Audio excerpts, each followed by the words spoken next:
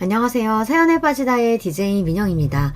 오늘 사연자는 꼴같지 않은 인간들에게 본때를 보여주고 참교육까지 해줬다는데요. 과연 어떤 사연인지 들어보시겠습니다.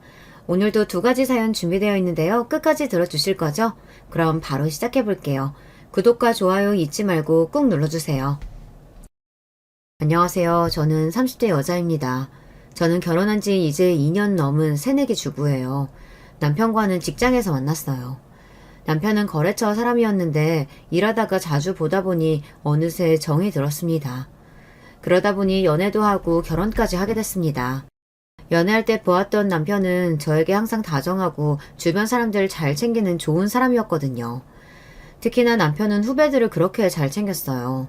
직장 생활 하다 보면 상사에게 아부하며 잘하는 사람들은 많이 봤어도 후배들까지 잘 챙기는 사람들은 흔치 않았는데 남편은 그런 흔하지 않은 사람 중 하나였습니다.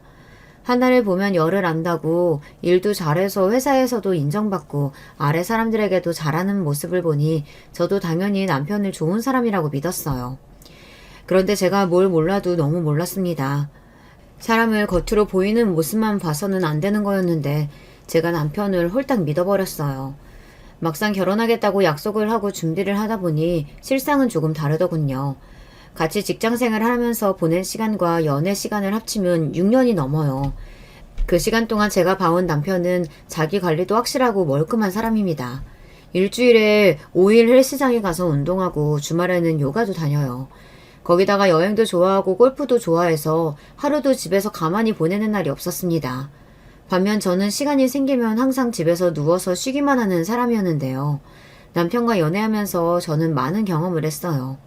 심지어 뭔가 새로운 걸 할 때마다 모든 비용을 남편이 내줬습니다. 제가 괜찮다고 하는데도 남편은 제가 돈 쓰는 걸 보지 못했어요. 그래서 항상 결제할 때마다 실랑이를 벌여야 했습니다. 데이트할 때마다 남편이 모든 비용을 부담하려고 하길래 사실 저는 부담됐었어요. 계산할 때마다 실랭이를 벌이는 게 싫어서 저는 남편이 자리만 비우면 먼저 계산하느라 바빴습니다. 좋게 그러지 말라고 몇 번이나 말을 해도 남편은 그럴 수 없다는 식이더라고요. 남자가 데이트 비용도 못 낼 정도면 여자 만나지 말아야지. 그럴 때마다 저는 80년대도 아니고 21세기에 도대체 무슨 소리를 하는 거냐고 했어요. 그런데도 남편은 제가 지갑 여는 꼴을 못 봤습니다. 다른 면에서는 그렇지 않은데 그럴 때면 사람이 고지식하게 보이더라고요. 제가 이런 소리를 하면 주변에서 다들 남자가 여자 돈 못 쓰게 하는 게 뭐가 문제냐고 해요. 안 쓰는 것보다 훨씬 낫다고요. 하지만 제가 걱정하는 건 다른 거예요. 저나 남편이나 둘 다 월급쟁이다 보니 서로 얼마나 버는지 뻔히 아는데 남편이 생활하는 거 보면 보통 사람들보다 소비가 좀 큰 것 같더라고요. 남편과는 처음 만났을 때부터 결혼을 생각하고 있었기에 그런 부분이 신경 쓰이지 않을 수가 없었습니다. 그런데 연애 기간이 길어지면서 알게 된 남편한테는 다 미는 구석이 있었더라고요. 이야기를 나누다 보니 남편의 집이 경제적으로 좀 여유가 있는 것 같았어요. 부모님 이야기가 나올 때마다 하는 말이 본인 부모님은 경제적으로 여유가 있다는 말을 자주 하더라고요. 이 사람이 그래서 항상 여유롭게 생활을 하는구나 싶었습니다. 은연중에 남편에게 들은 게 분명 시부모님께서 건물도 가지고 있고 땅도 있다고 했어요. 저와 결혼 이야기가 나오기 시작하자 남편은 시댁의 경제적인 상황에 대해 더 구체적으로 이야기하기 시작했습니다. 우리 아버지가 할아버지한테 물려받은 땅이 많아서 나 결혼하고 나면 원하는 동네에 아파트도 사준다고 했어. 자기 결혼하면 어느 동네 살고 싶어? 말만 해. 내가 다 아버지한테 말해서 사달라고 할게. 아유, 서울의 아파트 가격이 얼만데 그걸 사달라고 해. 우리 부모님도 꽉 막힌 분들 아니라서 결혼할 때 무조건 남자가 집 해야 하는 거라고 생각하시지 않아. 이야기하면 우리 부모님도 집 구하는데 좀 보태주실 거야. 남편의 집안에 돈이 좀 있다고 해서 그것만 보고 결혼을 결정한 건 아니었지만 그래도 없는 것보다야 있는 게 당연히 나으니 한편으론 안심됐습니다. 사실 남편이 지지리도 없는 집안 아들이었다면 아무리 사랑했어도 결혼까지 생각하지는 않았을 거예요. 친정아버지께서도 반대하셨을 거고요. 제가 어릴 때부터 친정아버지께 귀에 못이 박힐 정도로 들은 이야기가 없는 집에 시집 갈 바에야 차라리 시집 가지 말고 평생 아빠랑 같이 살자는 말이었어요. 그 정도로 경제적으로 여유가 없는 집안이면 결혼을 안 하는 게 더 낫다는 말이셨죠. 저도 그 말에 동의했습니다. 결혼해서 지질이 궁상으로 고생하면서 살 바에야 평생 아버지랑 사는 게 더 낫다고 여겼어요. 속물같이 들릴 수도 있겠지만 그래도 남편이랑 결혼해서 살면 평생 돈 걱정은 하지 않고 살겠다 싶어서 결혼을 결정한 이유도 커요. 물론 그 전에 남편을 좋아하기도 했고요. 연애할 때 남편에게 들은 이야기가 많다 보니 저는 결혼하면 당연히 시댁에서 아파트는 사주시는 줄 알았어요. 그런데 결혼 이야기가 나오고 본격적으로 결혼 준비를 시작하게 되자 모든 결혼 준비 사항이 남편이 했던 이야기와 다르게 흘러가더군요. 결혼 날짜가 나와서 슬슬 집 이야기를 해야 하는데 시부모님 누구도 말을 안 하시더라고요. 그래서 제가 남편에게 먼저 물었습니다. 이제 결혼 날짜도 정해졌는데 슬슬 집이랑 혼수도 준비해야 할 것 같은데 부모님이랑 상의했어? 신혼집 위치는 아무래도 회사 근처가 좋겠지? 그 전에 남편과 나눈 이야기들이 있으니 저는 남편이 당연히 시부모님과 이야기가 다 끝난 줄 알았어요. 그런데 남편이 하는 말이 기가 막히더군요. 그게 참, 내가 이야기하려고 했는데 아버지께서 자기를 너무 예쁘게 보셨는지 결혼하고 1년만 아버지 건물에 들어와서 살았으면 하시더라고요. 저는 남편의 말에 적잖이 놀랐습니다. 연애할 때 남편이 한 이야기가 있다 보니 남편과의 결혼을 생각하면 당연히 서울에 아파트를 구해주실 줄 알았지 시부모님이랑 같은 건물에 살게 될 거라고는 생각도 안 해봤습니다. 자기 부모님 건물이면 내가 다니는 직장에서 너무 멀기도 하고 더군다나 시부모님이랑 한 건물에 살면 내가 불편할 것도 많을 것 같은데 나 그런 건 한 번도 생각 안 해봤어. 저는 괜히 속물 같아 보일까봐 아파트 이야기는 꺼내지도 못하고 남편에게 조심스럽게 제 의사를 표현했습니다. 시부모님께서 건물이 있다는 이야기는 들었지만 내가 거기 들어가서 살 거라고는 생각도 못 해봤다고요. 거기다가 솔직한 심정으로는 아파트도 아파트지만 시부모님이랑 한 건물에 사는 게 더 싫었어요. 아직 시부모님이 어떤 분인 줄은 모르지만 매일매일 시부모님과 마주해야 한다는 게 저에게는 부담이었습니다. 남편이 저에게 말은 안 하지만 혹시 돈 문제 때문인가 싶어 저는 한 번 더 제 의견을 말했어요. 이제 정말 몇 달 후면 부부가 될 사이인데 속물 같아 보여도 할 이야기는 해야 할 것 같아서요. 혹시 지금 아버님 상황이 당장 아파트 사주시기 힘들어서 그런 거면 나는 작은 집도 괜찮아. 아니면 우리 부모님도 결혼 준비하는데 도와주실 수 있다고 하시니까 내가 말씀드리면 집 구하는데 반은 보탤 수 있을 거야. 저는 시부모님과 한 건물에 사는 건 죽기보다 싫어서 어떻게든 따로 살 방법을 모색했습니다. 저는 무남 동료 외동딸이에요. 어머니께서 제가 고등학교 때 돌아가셔서 아버지와 둘이 살고 있었습니다. 어머니께서 갑작스레 불치병에 걸려 1년 동안 병원에서 고생만 하시다 돌아가셨어요. 그러다 보니 아버지께서 저를 금이야 오기야 키워주셨습니다. 어머니께서 1년 동안 병원에서 고생하시는 동안 아버지께서 어머니 병간호를 하셨는데요. 당시에 저를 안쓰럽게 생각하신 이모와 이모부가 저를 데려다가 보살펴 주셨어요. 이미 그때 저는 고등학생이라 혼자 있을 수 있었는데 이모는 혹시나 제가 혼자 외롭고 힘들어할까봐 걱정되셔서 저를 데려다 챙겨주셨죠. 그때부터 저와 또래인 사촌동생들과 친자매처럼 지냈습니다. 덕분에 어머니께서 갑자기 떠나셨을 때도 이모와 동생들은 저에게 큰 힘이 되어주었어요. 그래서 어머니가 돌아가신 지금까지도 아버지와 저는 이모, 이모부 그리고 동생들과 한 가족처럼 지내고 있습니다. 아버지는 사춘기 시절 어머니를 잃은 제가 안쓰럽다는 이유로 뭐든 제가 원하는 대로 해주셨어요. 그래서 제가 결혼할 사람이 생겼다고 했을 때 더 걱정하셨습니다. 뭐든 아버지 도움이 필요한 일이 있으면 말만 하라고 하셨습니다. 아버지는 아무리 시댁에 경제적인 여유가 있다고 해도 제가 시댁 건물에 들어가서 신혼을 보내기를 원하지 않으실 거예요. 그럴 바에는 집을 아예 사주겠다고 하실지도 모릅니다. 사실 친정아버지께서 제 앞으로 사둔 오피스텔이 하나 있어요. 제가 다니던 대학 근처인데 제가 대학 때 등하교하기 힘들다고 했더니 아버지께서 학교 근처에 사주신 거예요. 대학 졸업하면서 혼자 사는 게 외로워서 다시 친정으로 들어오게 되면서 오피스텔은 월세를 준 상태였습니다. 아마 제가 지금 당장 돈이 필요하다고 하면 아버지는 분명히 그 오피스텔을 팔려고 하실 거예요. 팔아서 그 돈은 알아서 쓰라고 하실 겁니다. 제가 사정이 안 되는 것도 아닌데 시댁에 들어가 사는 건 너무 싫었습니다. 그런데 남편 생각은 저와 달랐어요. 에이, 세상에 그런 게 어딨어. 집은 남자가 당연히 준비하는 거지. 우리 아버지가 돈이 없어서 그러는 게 아니라 며느리랑 가깝게 지내고 싶어서 그러는 거야. 시부모님이랑 같은 건물 사면 자기가 좀 힘들 수도 있겠지만 우리 부모님이랑 가까워져서 나쁠 건 없잖아. 자기가 잘만 하면 나중에 땅도 자기 이름으로 물려주실걸? 자기는 외동이라 모르겠지만 우리는 형제가 셋이라 부모님께 누가 더 잘하냐가 중요해. 이게 다 우리한테는 기회야, 기회. 남편은 이해가 안 되는 이야기를 했습니다. 본인은 형제가 셋이라 어릴 때부터 뭐든 나눠야 하는 환경에서 자라서 다른 형제들보다 하나라도 더 가지려면 부모님께 잘해야 한다고 했어요. 그러면서 하는 말이 제가 시부모님 댁 건물에 들어가서 사는 게 우리에게는 기회라고 했습니다. 제가 잘해야 시부모님이 좋게 보셔서 나중에 재산을 나눠줄 때 조금이라도 더 받는다고요.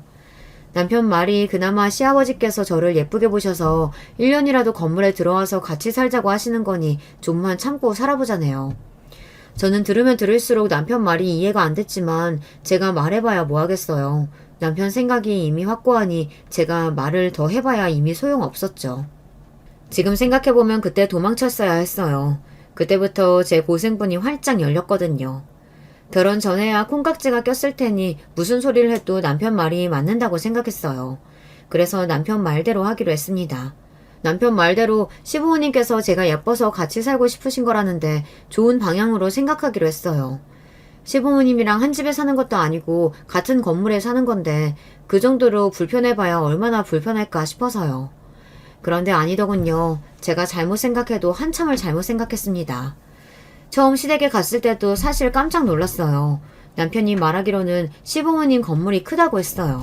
그래서 저는 흔히들 말하는 상가 건물 정도 되는 줄 알았어요. 적어도 4층, 5층 건물은 되는 줄 알았죠. 그런데 막상 가서 보니 건물이 무지하게 오래되기도 했고 원룸, 고시촌 그 정도의 허름한 건물이나 다름없더라고요.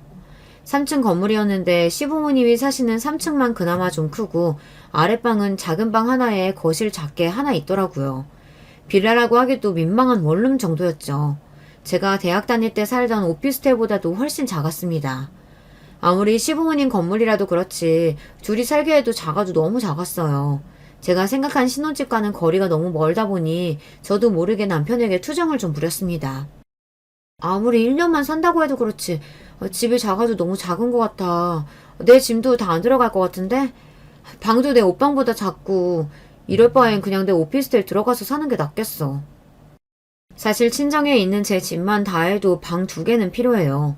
제가 외동이다 보니 친정에서 방을 2개를 쓰고 있거든요. 시부모님 댁에서 신혼집으로 쓰라고 한 집의 안방이 제 옷방보다 작아요.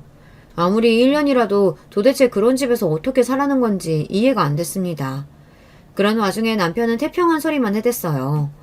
딱 1년만 사는 건데 뭘 그래. 우선 자기 집은 반만 가져오고 나머지는 처가에 두자. 나머지는 나중에 분가할 때 가지고 오면 되지. 우리 진짜 이 방법밖에 없는 거야? 그냥 우리 친정에 이야기해서 전세부터 시작하는 건 어때?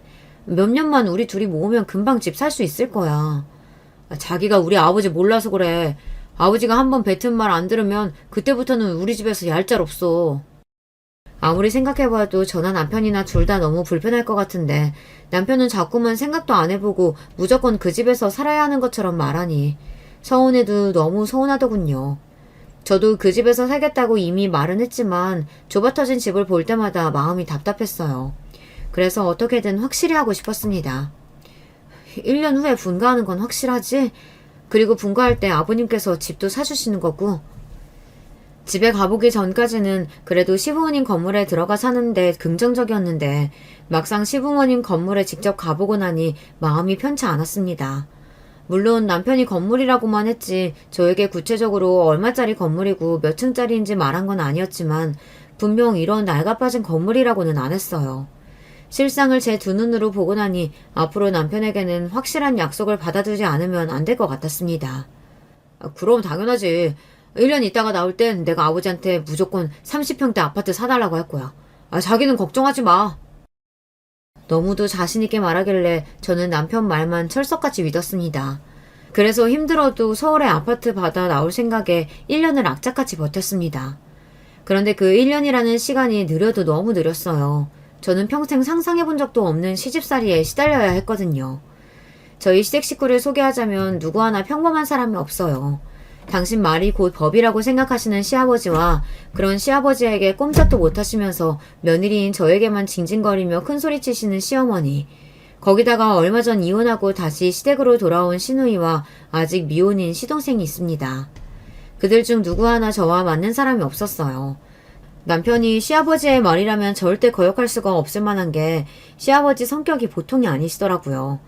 결혼 전에는 몰랐어요. 그냥 시원시원하고 호탕하신 분인 줄만 알았는데 겪어보니 그게 다가 아니더군요.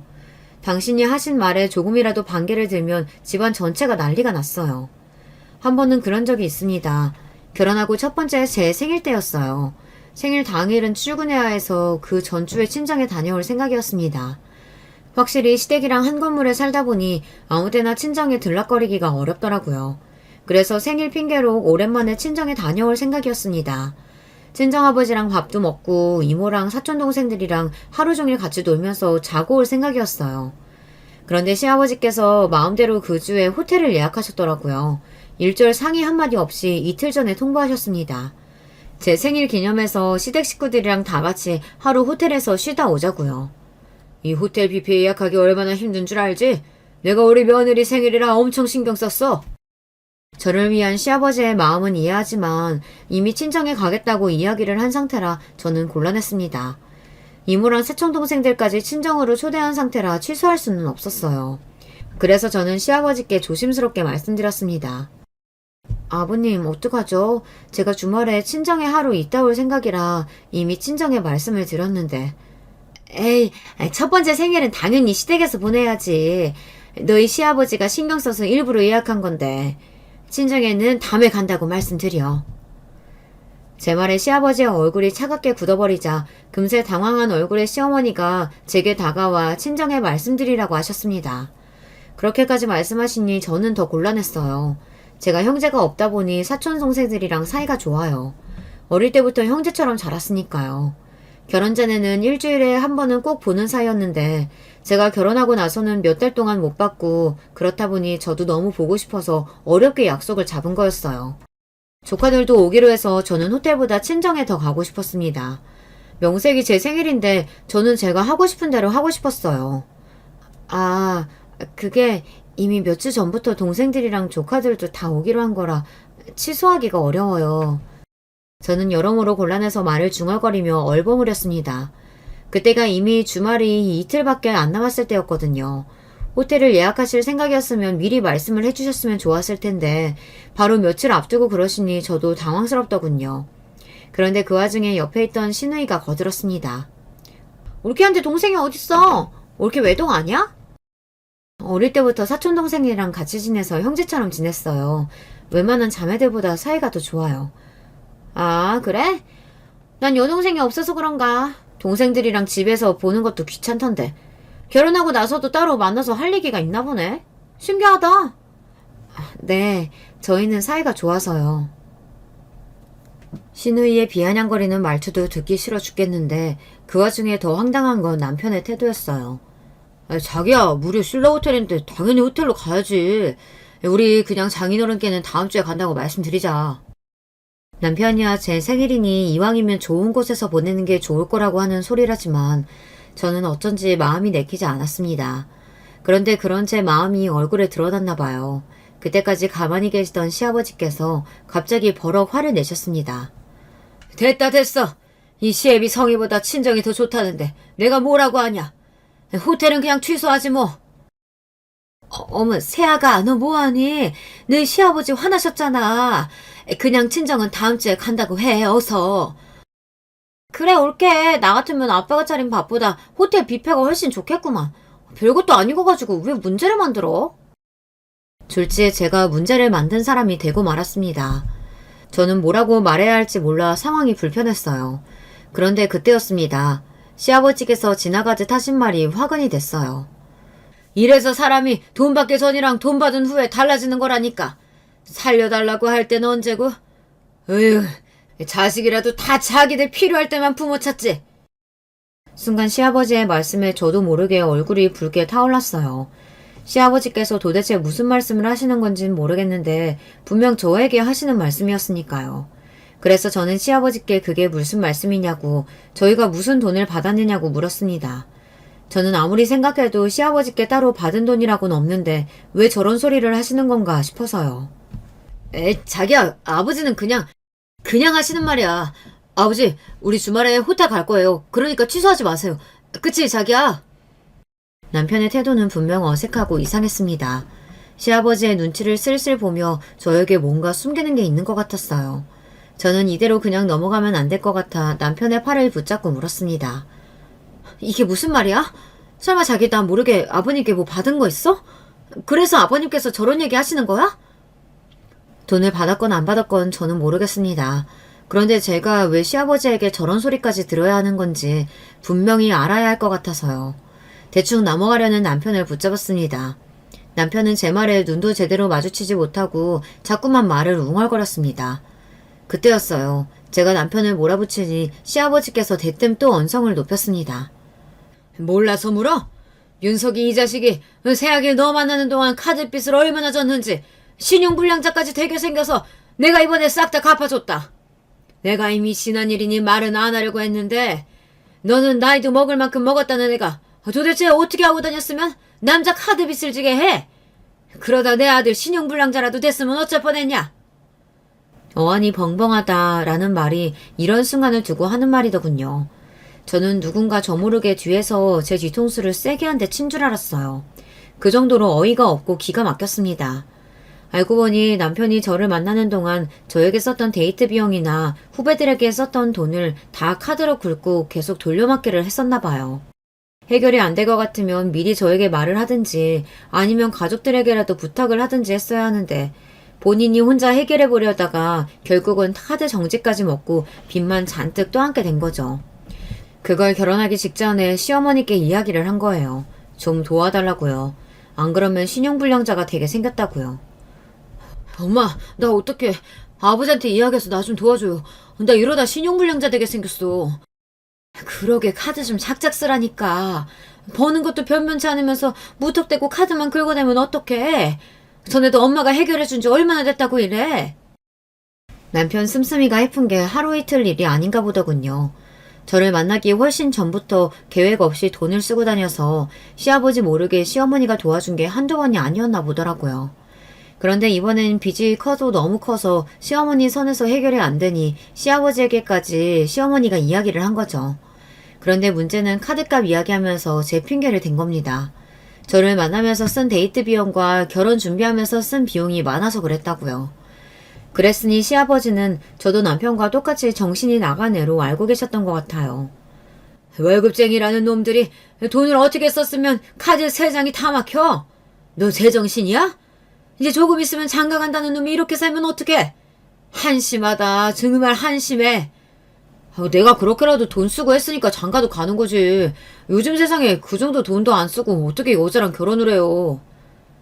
그러니까 네 말은 카드값이 7천이 넘던데 그걸 다 새아기한테 썼다는 거냐? 너나 새아기나 도대체 생각이 있는 거냐 없는 거냐? 너희 둘 다 아주 고생이라는 걸 모르고 살아서 철딱선이라고는 없구만. 안 되겠다. 너희 결혼이고 뭐고 정신 차릴 때까지 우리 빌라에 들어와서 살아. 들어와서 착실히 돈 모으는 거 보여주면 그때 내가 분가시켜주마. 남편은 저에게 표정 하나 안 바뀌고 거짓말을 했어요. 저에게는 시아버지가 제가 예뻐서 1년 집에 데리고 살고 싶다고 했다고 해놓고 진실은 그렇지 않았습니다. 본인이 저질러 놓은 카드값을 감당 못해 시아버지께서 다 갚아주시면서 조건을 거신 거더라고요. 그러니까 결국 저도 모르는 사이에 졸지에 저도 남편과 공범이 되어 있었던 거죠. 자그마치 카드값 7천만 원을 제가 남편과 다 같이 쓴 줄 아시는 거죠. 그래서 내가 신혼집도 안 해주고 이 집에 들어와 살라고 한 거지. 이제 좀 정신 차리고 사는 것 같길래 선물로 호텔 예약도 했더니만 곧 죽어도 친정 가겠다고 하는데 내가 뭐하러 말리냐? 너희는 그냥 너희 하고 싶은 대로 하고 살아라. 저는 억울해도 너무 억울했습니다. 데이트할 때 남편이 밥 좀 사주고 주말 요가 한 달 결제해준 적은 있지만 그 이상 비싼 물건을 선물로 받거나 한 적은 없어요. 도대체 이 인간이 카드값으로 어떻게 7천이나 썼나 생각해봤더니 머릿속에 떠오르는 게 있기는 하더군요. 항상 후배들을 만날 때마다 본인이 모든 걸 다 해줬어요.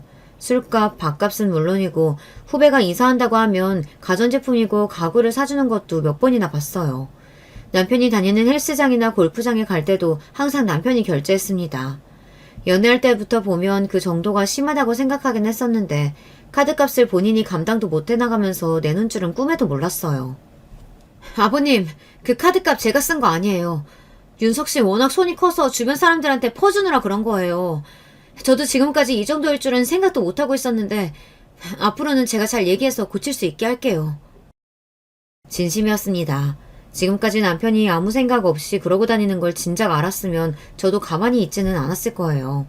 지금이라도 남편의 진짜 모습을 알았으니 단단히 고쳐줘야겠다고 생각했습니다. 그거야 앞으로 지켜보면 알겠지. 에휴, 자식놈들이라고 하나도 마음에 드는 놈들이 없어.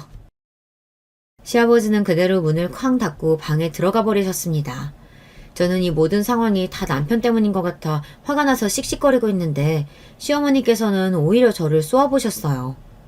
새아가, 너는 속이 시원하니? 네 남편 시아버지 앞에서 기 잔뜩 죽여놓으니까 속이 시원하냐고? 아니 아니라는 애가 지 남편 잘못도 감싸줄 줄 몰라 무슨. 너희 시아버지 심기는 네가 건드려놨으니까 네가 알아서 해결해. 저는 이런 상황에서도 저에게 모든 걸 떠넘기려고 하시는 시어머니의 태도가 너무 황당하고 어이가 없었습니다. 본인은 아무런 상관없이 구시는 것도 기가 막혔어요. 제가 뭘 잘못했다 그러세요. 윤석 씨가 카드빚 있는 건 저도 모르고 있었다고요. 그 와중에 어머니는 알고 계셨다는 거잖아요. 새아기, 너 되게 웃긴다. 그깟 카드값이 뭐가 대수라고 그래? 그리고 그것도 너더러 갚으라고 했니? 너희 시아버지가 다 갚았잖아. 고마운 줄도 모르고 애가 양심이 없어. 암튼 너희 시아버지한테 호텔 가는 걸로 이야기할 테니까 너도 그런 줄 알고 알아서 정리해. 그리고 너, 내 아들 바가지 긁지 마. 내 아들한테 뭐라고 하면 나도 너 시집살이 잔뜩 시킬 거야. 시어머니는 유치해도 너무 유치했습니다. 본인 할 이야기만 하시더니 그대로 시아버지를 따라 방에 들어가셨어요. 세상에 뭐 이런 사람들이 다 있나 싶었습니다. 저는 황당해서 말문이 턱하니 막혀 있었는데 그런 저에게 남편이 다가오더니 미안하다며 집에 가서 이야기를 하자고 제 손을 잡더군요. 저는 순간 너무 짜증이 나서 남편의 손을 탁 밀어냈어요. 그 모습을 보고 있던 신우이는 또 눈치 없이 한 소리 하더군요. 으이구 호구 새끼, 너 또 여기저기 돈 내주면서 사람들하고 친하게 지냈지? 어릴 때도 그러고 다니더니만 옷 좀 하나도 안 변했니? 뭐? 호구? 내가 어디가 호구야? 아, 그러는 누나야말로 매형한테 빨대 꽂고 살려다가 쫓겨난 주제에 누구더러 호구래? 남편과 시누이는 둘 다 똑같았습니다. 둘 중 누가 더 철딱선이 없는지 대결하는 것 같았죠. 이 자식이 쫓겨나긴 누가 쫓겨났다 그래. 내가 알아서 이혼하고 나온 거야. 그 자식이 쫓아나게 굴어서. 저는 시누이와 남편 싸움까지 끼고 싶지 않아 그대로 시댁을 나와 집으로 내려왔습니다. 안 그래도 화가 나 죽겠는데 좁아터진 집구석을 보니 더 화가 나더군요. 제가 이런 집에서 사는 이유가 남편의 카드비 때문이었다고 생각하니 억울해서 눈물까지 날 것 같았어요. 그런데 그런 와중 눈치 없는 시누이가 굳이 또 저를 따라 집에 내려왔어요. 그러더니 마음대로 문을 벌컥 열고 들어와서 한다는 말이 또 제 심기를 건드렸습니다. 와, 여기 진짜 오랜만에 들어와 봤는데 작게는 진짜 작다. 내가 올케한테 말했었었나? 나 결혼했을 때 시댁에서 40평대 아파트 해줬었다고. 그 집이 지금은 20억이 넘는다더라. 쉬누이는 안 그래도 속이 말이 아닌 제 앞에서 굳이 잘난 척을 해댔어요. 꼴같지도 않았습니다. 이혼하고 친정에 다시 돌아온 주제에 잘났다고 옛날 이야기를 하더라고요. 쉬누이는 시어머니를 그대로 빼다 박았어요. 자기 손으로 제대로 돈도 한번 못 벌어봤으면서 남의 돈으로 호의호식하며 살고 싶어 했죠. 남편에게 듣기론 시누이는 제대로 된 직장 한 번 안 다니고 집에서 신부 수업만 하다가 결혼도 조건 보고 선봐서 결혼했다더라고요. 전 남편 돈만 보고 결혼했다가 너무 사치를 부려 이혼당했다고 들었어요. 시어머니도 시누이와 별반 다르지 않아요. 시아버지 비유만 살살 보면서 시아버지 돈 펑펑 쓰면서 사시거든요. 그러고 보니 저희 남편도 시누이와 시어머니와 별반 다르지 않네요. 나가서 돈 있는 척 잘 사는 척 하고 다니며 결국은 시아버지 돈으로 펑펑 쓰고 다닌 거니까요. 그렇게 생각하자 저는 더 우울해졌습니다. 제가 생각했던 남편과의 결혼 생활은 이런 게 아니었는데 뭔가 꼬이기 시작한 것 같아서요. 어머, 올케는 그 나이 먹도록 도대체 어떻게 살았길래 물건이 이렇게 없어? 에게, 친정에 돈 좀 있다더니 가방이랑 옷은 이게 다야? 아휴, 올케 안목이 좀 별로구나? 이쯤 되니 시누이가 이혼을 당한 게 눈치가 없어서인가 싶을 정도로 사람이 참 눈치가 없더군요. 자기 멋대로 방에 들어가서 옷장을 마음대로 열어봤어요. 그러더니 손에 잡히는 대로 꺼내서 옷이며 가방 브랜드를 막 확인하더라고요. 저는 너무 불쾌해서 신우이의 손에 들린 옷을 빼서 다시 옷장에 넣었습니다. 제가 오늘 너무 피곤해서 그런데 그만 올라가 주시겠어요? 좀 쉬고 싶어서요. 저는 최대한 화를 누르며 단호하게 이야기했습니다. 와, 올케도 성격 좀 있구나. 하긴 남자 꼬셔서 카드값 7전이나 쓰게 만들었는데 그게 어디 보통 성격이겠어? 암튼 우리 아빠 마음 돌려놓으려면 올케도 몇 달 고생 좀 해야 할 거야. 나 이혼하고 왔을 때 절대 안 받아준다고 해서 내가 반년을 아버지한테 빌었거든. 신우이는 하는 말 하나하나가 다 거슬려 저는 눈살을 잔뜩 찌푸린 채 신우이는 쳐다도 안 보고 그대로 옷장을 닫아버렸습니다. 그러자 신우이는 뭐가 그렇게 재미있는지 실실 웃으면서 나가더군요. 그리고 가는 순간까지도 재수가 없었어요. 주말엔 올케 덕분에 호텔 뷔페 먹겠네. 고마워. 얄미워 죽는 줄 알았습니다. 정말이지 그날은 시댁 식구들 때문에 미쳐버릴 것 같았어요. 너무 짜증이 나서 마음 같아서는 친정에 가버리고 싶었습니다. 하지만 이미 밤이 깊었어요. 이 시간에 아버지나 이모에게 연락했다간 다들 저를 걱정하시느라 한숨도 못 주무실 게 뻔해요. 다음날 전화해서 이번 주에 못 가고 다음 주에 가겠다고 이야기할 생각에 저는 마음이 무거웠습니다. 사실 결혼해서 시댁 건물에 들어가 산다고 했을 때 아버지께서 속상해 하셨어요. 그럴 거면 아버지께서 집을 구해줄 테니 거기서 살라고도 했습니다. 하지만 남편이 말한 대로 시아버지께서 저를 예쁘게 보셔서 1년만 같이 살기를 원하신다고 이야기했습니다. 친정아버지도 본인이 시아버지 입장이면 그럴 수 있겠다고 너그럽게 이해해 주셨어요. 내 자식이 예쁘고 마음에 들어서 그러신다는데 이해해야지. 시부모님이랑 한 건물 살면 우리 딸이 힘들고 피곤한 일도 있겠지만 그럴 땐 언제든 아빠한테 와. 언제든지 아빠가 도와줄게. 저는 그날 밤 힘든 마음을 아버지를 생각하며 애써 위로하며 잠들었습니다. 남편은 저한테 잔소리를 들을까봐 무서워서인지 아니면 시아버지 눈치가 보여서인지 그날 저녁 시댁에서 자고 출근한다는 메시지 한 통을 덜렁 보내놨더라고요. 그날 밤 저는 결혼한 거에 대해 처음으로 후회가 됐습니다. 그래도 어쩌겠어요. 결혼이라는 게 후회한다고 해서 그 전으로 되돌린다는 건 쉬운 일이 아니더라고요. 저도 평범한 부부처럼 남편과 매일 지지고 볶으며 살았습니다. 그 전엔 몰랐는데 남편이 한번 밉다고 생각이 들고 나니 별거 아닌 일에도 화가 나고 짜증이 나고 그러더라고요. 어떨 땐 이렇게 우리가 평생 부부를 살 수 있을까 싶기도 하고요. 거기다가 시어머니고 시누이고 툭하면 사람을 짜증나게 하고 심기를 건드리니까 내가 진짜 이렇게 사는 게 맞나 싶었죠. 그러던 중 드디어 결혼한 지 1년이 지났어요. 저는 그날만 기다리고 있었습니다. 결혼한 지 1년이 되던 날 저는 시아버지께 올라가 직접 이야기했어요. 남편한테 말해봐야 시아버지가 무서워서 말도 못할 게 뻔하니까요. 저는 시아버지께 결혼한 지 1년도 넘었으니 분가하겠다고 했습니다. 그런데 시아버지는 제 말에도 들은 척도 안 하셨어요. 1년이든 2년이든 분가해서 나가는 건 너희들이 알아서 할 일이지. 그걸 왜 나한테 얘기하고 난리야? 나가고 싶으면 나가. 결혼 초기부터 시아버지와 틀어지기 시작한 사이는 1년 동안도 별반 다르지 않았습니다. 남편이야 아버지에게 미움받을까봐 무서워서 슬슬 눈치만 보고 다니고 저는 시댁 식구라면 마주치기만 해도 싫어서 슬슬 피해 다니다 보니 시아버지와 크게 가까워질 일이 없었죠. 그러다 보니 시아버지와는 더 어색했어요. 그런 와중에 시아버지께 또 엄한 소리를 듣고 나니 말이 곱게 나오지를 않더군요. 저 임신했어요. 애 낳으면 아무래도 여긴 너무 좁아서 안 될 것 같아요. 넓은 곳으로 이사 가려고요. 임신한 사실을 남편보다 시아버지에게 먼저 이야기하게 될 줄은 몰랐는데 상황이 생각지도 못한 방향으로 흘러가다 보니 저도 모르게 임신한 사실부터 덥석 이야기하고 말았습니다. 그런데 그때 시아버지의 반응이 남달랐어요. 임신? 아이고 잘했어. 우리 며느리가 임신이라니. 그치? 지금 사는 집 너무 좁지? 걱정 마라. 내가 우리 며느리 선물로 좋은 아파트 사줄 테니까. 걱정 마라. 아이고 장하다 장해. 제가 임신한 사실을 가족들이 알게 되면 축하해 주실 거라고 생각은 했었지만 시아버지는 제가 생각한 것보다 훨씬 더 좋아하셨어요. 심지어 남편이 말한 대로 시아버지는 저와 손주를 위해 서울의 아파트를 떡하니 사주셨습니다. 그 일로 남편은 신이 나서 그 전보다 저에게 더 잘했어요. 저와 우리 아기 덕분에 아파트가 생겼다고 얼마나 호들갑을 떨었는지 몰라요. 아이고, 복덩이, 복덩이. 내가 말했었지? 우리 아버지한테 예쁨 받으면 최소한 땅은 생긴다고. 근데 우리 자기가 홈런 쳐주는 바람에 서울에 30평대 아파트가 생겼네. 그래. 당신도 이제 아빠니까 전처럼 주변 사람들한테 돈 막 퍼쓰면서 철딱서니 없이 굴면 안 돼. 알았지? 남편 말대로 제 뱃속의 아기가 복덩이는 확실했습니다.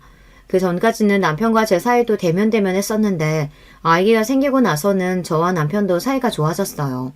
남편이 허세가 좀 있고 철은 없어도 사람이 순하고 자상하기는 해요. 시어머니와 시누이 때문에 짜증이 날 때도 옆에서 항상 제 편을 들어줍니다. 그렇게 저는 성공적으로 분가를 하게 됐습니다. 그리고 제 결혼 생활도 안정을 찾는구나 싶었어요.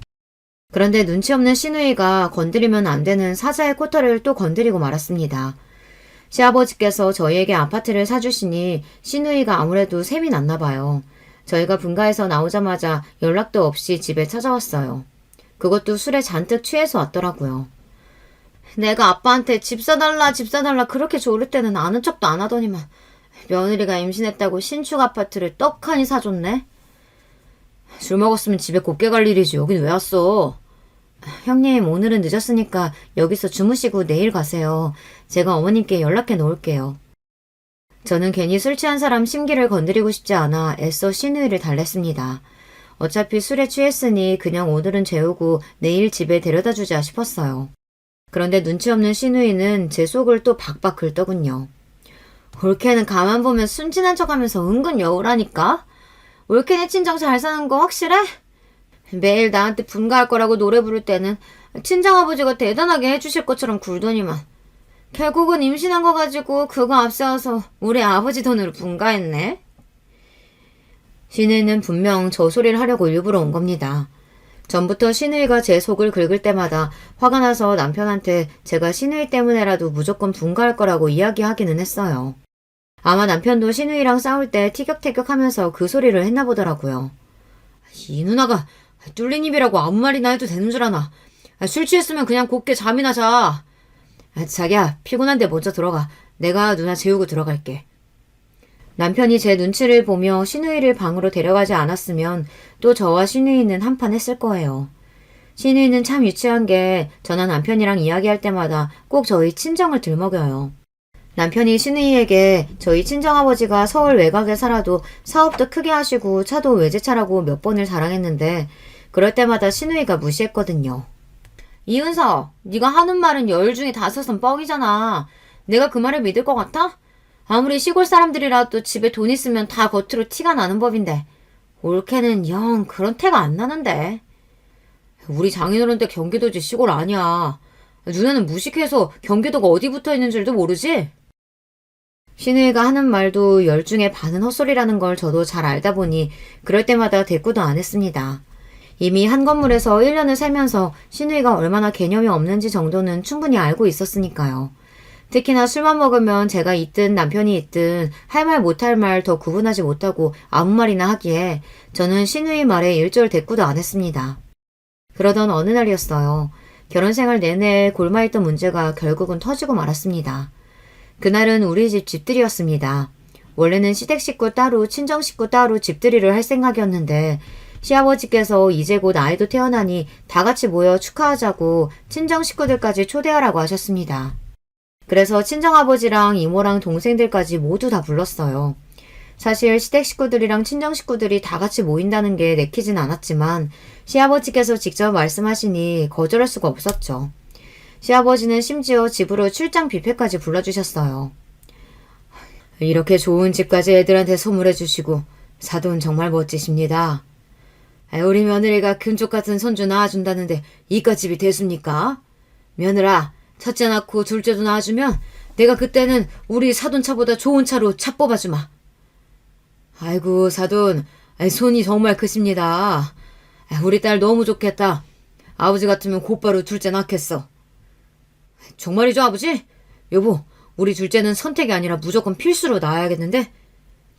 걱정했던 것보다 집들이 분위기가 좋아서 다행이다 싶었던 와중 역시나 제가 즐거운 꼴을 그냥 지켜볼 리 없던 시누이가 괜히 또 끼어들어서 분위기를 망쳤습니다. 근데 올케는 볼 때마다 느끼는 거지만 참 사람이 안목이 없어. 전세도 아니고 본인 자가인데 인테리어를 이렇게밖에 못하는 거야? 하긴 이런 건 원래 어릴 때부터 배워야 느는 건데 누구한테 배우지를 못하고 컸으니 영 센스가 없는 거겠지. 신우이는 가만 보면 눈치만 없는 게 아니라 생각도 아예 없는 것 같아요. 시댁 식구들만 있는 자리도 아니고 친정 식구들까지 있는데 선을 지킬 줄을 모르더라고요. 누나, 오빤 궁금하다 그랬었지? 이리 와, 내가 오빤 구경시켜줄게. 제 미간이 구겨지자 눈치를 보던 남편이 벌떡 일어나 신우이를 데리고 옷방으로 들어갔습니다. 아이고, 제 딸이 워낙 솔직한 성격이라 저렇게 말을 가려서 할 줄을 몰라요. 저래도 나쁜 애는 아니니까 너무 미워하지 마세요. 시어머니는 꼴에 자기 딸이라고 편을 들었지만 친정 식구들 얼굴은 좋지 않았습니다. 솔직하긴 저게 무슨 솔직한 거야. 애가 모자라서 저러는 거지. 죄송합니다, 사도. 제 딸이지만 애가 철이 없어도 너무 없어요. 이혼까지 하고 와서 저렇게 정신을 못 차리니 이 기회에 아예 쫓아내버릴까 싶습니다. 시아버지께서 바로 사과하시기는 했지만 아버지 얼굴은 여전히 좋지 않았습니다. 저는 너무 속상했어요. 아버지랑 이모 앞에서는 누구보다 행복한 모습을 보여주고 싶었는데 결국은 신우이가 또 사고를 쳤으니까요. 집들이가 끝나고 모두가 돌아가고 난 뒤 저는 무거운 몸을 간신히 일으켜 집안 정리를 했습니다. 시아버지께서 부른 뷔페 업체에서 청소까지 다 하긴 했지만 그래도 제가 해야 할 것들이 있었어요. 그런데 이상한 점이 하나 있었습니다. 없어진 물건이 하나 있었어요. 옷방에 있던 제 가방이 없어졌습니다. 명품이긴 하지만 비싼 물건은 아니에요. 하지만 저희 친정어머니의 유일한 유품입니다. 어머니께서 돌아가시기 직전까지 가지고 계시다가 저에게 주라고 아버지에게 남기고 간 가방이에요. 아무리 생각해도 제 가방을 가지고 갈 사람은 딱 한 사람밖에 없었어요. 바로 신우이입니다. 항상 저에게 안목이 있네 없네 뭐라고 하면서도 저희 집에 올 때마다 제 물건을 탐내고는 했어요. 전에 같은 건물에 살 때에는 말도 안 하고 제 옷이나 신발을 가지고 간 게 한두 번이 아니었습니다. 저는 다음 날 바로 시댁에 갔어요. 오전 11시가 넘었는데도 신우이는 자고 있었어요. 방을 둘러보니 역시나 제 가방이 거기 있었습니다. 저는 너무 화가 나서 신우이가 덮은 이불을 뺏었어요. 그러자 놀란 신우이가 짜증을 내면서 일어났습니다. 이 가방이 무슨 가방인 줄 알고 가져간 거예요? 그거 우리 엄마 유품이라고요. 도대체 도둑도 아니고 왜 남의 물건을 허락도 안 받고 가지고 가요? 저는 지금까지 억눌러왔던 화가 폭발했습니다. 소리를 버럭버럭 질렀어요. 그러자 천연덕스러운 얼굴로 일어난 신우이가 말도 안 되는 소리를 짓거렸습니다. 꼴에 웬일로 괜찮은 명품백이 있나 했더니 역시나 올케가 산 건 아니구나? 이 정도 명품백은 나 같은 명품인 사람이 들어야지. 올케한테는 영 안 어울려. 이거 그냥 놔줘. 저는 그 순간까지도 간신히 붙잡고 있던 이성의 끈이 빠지지 끊어지고 말았습니다. 명품? 당신이 인성이 명품이라고? 좋아. 네가 얼마나 명품인지 내가 아버님께 그대로 말씀드려야겠다. 형님이고 나발이고 더는 봐줄 수가 없었습니다. 얌전해 있는 사자의 코털을 자꾸만 건드리니 저로서는 봐줄 이유가 없었어요. 저는 그대로 거실로 나가 시아버지가 쉬고 계신 방을 노크했습니다. 그리고 시아버지 방에 들어가 제가 아는 사실을 그대로 말씀드렸어요. 아버님, 제가 이런 이야기를 들어야 하나 말아야 하나 고민했는데요. 아무래도 안 되겠네요. 사실은 형님 아직 이혼 안 끝났어요. 아직도 소송 중인 거 아버님도 아세요? 뭐야? 이혼 소송이라니. 그게 무슨 소리야? 합의 이혼했다더니만 그런 게 아니었어? 올케가 뭘 한다고 그래? 내가 무슨 소송을 한다 그래? 웃기네 정말. 제가 모를 줄 알았어요? 형님이 술 취할 때마다 저한테 다 말했잖아요. 바람 피우다가 걸려서 소송 중이라고. 이러다 이혼 위자료에 전남편 소송비까지 다 물게 생겼다고 울고불고 했었잖아요. 뭐야? 이 미친년이 이제 하다하다 바람? 네가 돌았구나 돌았어. 아버지, 제가 몇 살인데 그래요? 설마 때리려고요? 그러지 마세요. 그랬습니다. 신우이는 전혀 기억 못했지만 술에 취해서 우리 집에 올 때마다 같은 소리를 했어요. 신기하게 남편이 있을 때는 말을 안 했었는데 저만 있으면 전 남편 이야기를 쉽게 하더라고요. 아버지께서 이 사실을 알면 아마 자기 머리털을 다 뽑아버리고 집에서도 쫓아날 거라고 비밀이라고 해서 저 나름대로 그 비밀을 2년째 지키고 있었습니다. 그런데 이제는 아니었어요. 제 재수없는 시누이의 비밀을 제가 뭐하러 숨겨주겠어요. 그날 이후 시아버지의 눈밖에 든 시누이는 집에서 쫓겨났습니다. 다른 건 몰라도 남편 두고 바람 피우는 딸녀는 절대 당신의 딸로 인정할 수 없다고 호적에서도 파버릴 거라고 하셨어요. 재판 결과가 나와서 위자료를 내게 되더라도 시누이 본인더러 알아서 하라고 엄포를 놓으셨습니다. 그리고 시아버지는 시누이를 대신해서 저에게 사과하셨어요. 당신이 자식을 잘못 키워서 저에게까지 피해를 줬다고요. 제가 형님을 용서하기 전까지 절대 시누이를 안 보겠다고까지 하셨어요. 남편 말로는 시누이가 일자리를 구했다고 하더라고요. 그것 또한 얄미웠습니다. 지금까지 시아버지한테 빌붙어서 아무것도 안 하고 먹고 살더니만 이제야 똥줄이 탔나 보더라고요. 그리고 종종 저에게도 시누이의 연락이 옵니다. 그때 일은 미안했다고 이야기하지만 저는 진심이라고 생각하지 않아요. 저는 아직 용서해줄 마음이 생기지 않아 연락도 받지 않고 있습니다. 지난 2년 동안 제 속을 들들 볶던 시누이 얼굴을 안 보고 사니 저도 너무 속이 시원하고 살만하더라고요. 그동안 저는 아이도 무사히 출산하고 육아에 빠져 있습니다. 조금 있으면 아이 100일이에요. 그래서 조금 고민이 됩니다. 그래도 제 아이의 고모이고 남편의 누나이니 이제 그만하고 제가 먼저 연락을 해야 할까요? 사실 저는 아직 모르겠습니다. 그런 일이 있었다고 해서 과연 형님이 변하셨을까 해서요. 여러분의 생각은 어떠세요? 아무리 미워도 가족이니 용서하고 받아줘야 할까요? 여러분의 의견 댓글로 남겨주시면 참고하도록 하겠습니다. 끝까지 제 이야기 들어주셔서 감사해요. 여러분의 가정에는 항상 좋은 일만 가득하시길 바랄게요. 안녕하세요. 저는 서울에 거주하는 40대 여자입니다. 얼마 전에 날씨 좋을 때 제 인생에서 큰 사건이 발생했어요. 오늘 제보할 사연도 바로 그때 일어난 일이랍니다. 한동안 그 사건의 후유증이 컸는데 지금은 괜찮아졌어요. 그래서 용기 내어 제보하려고 합니다. 저는 무려 4남매의 막내로 태어났고 언니 오빠들의 사랑을 많이 받고 자랐어요. 다만 한 가지 친구들과 다른 점이 있다면 저는 엄마가 없었습니다. 듣기로는 저를 낳으면서 엄마가 돌아가셨다고 해요. 그래서 저는 엄마를 사진으로만 보고 자랐습니다. 큰언니가 저와 19살 차이가 나는 늦둥이라 언니가 저를 엄마처럼 키워주셨죠. 아빠는 그래서 엄마 없이 우리 4남매를 키우느라 고생을 매우 많이 하셨어요. 정말 말 그대로 안 해본 일이 없으셨죠. 제가 본 아빠는 시장에서 과일 배달도 하고 슈퍼도 하고 화물트럭도 운전하셨어요. 택배도 하고 경비일도 하셔서 동네에 모르는 분이 없으셨죠. 워낙 책임감이 크고 성격이 좋아 주민들하고 원만한 관계를 지냈습니다. 또 아빠는 굉장히 가정적인 분이셨어요. 아빠 왔다. 우리 강아지들 잘 있었어? 밥은 먹었어? 우리 막내 이리 와. 아빠가 과자 사왔어. 아빠 보고 싶었어. 언니들이랑 오빠랑 놀이터도 다녀오고 밥도 먹고 아이스크림도 먹었어. 아빠 오는 것만 기다리고 있었어. 자, 서영아. 아빠 오셨으니까 이제 자자. 내일 학교 가야지. 아빠가 힘들게 일하고 오면 저는 늘 늦게까지 잠도 안 자고 아빠를 기다렸어요. 이렇게 우리 가족은 넉넉하지는 않아도 매우 화목했어요. 제가 많이 늦둥이라 언니 오빠들이 많이 챙겨주었죠. 김서영, 너 엄마 없다며? 나는 엄마 있는데 너는 없지? 엄마 없대요. 없대요. 야, 너 뭐야? 뭔데 우리 서영이 놀려? 다시 한 번만 놀려봐. 그땐 가만히 안 있어. 알겠어? 네, 죄송합니다. 서영아, 미안. 다시는 엄마 없다고 안 놀릴게. 엄마가 없다고 친구들이 놀려도 저는 오빠가 알아서 막아주어 좋았어요. 그리고 큰언니가 결혼하며 우리 가족의 인생이 완전히 바뀌는 계기가 일어났어요. 언니의 결혼 자체는 문제가 되지 않았습니다.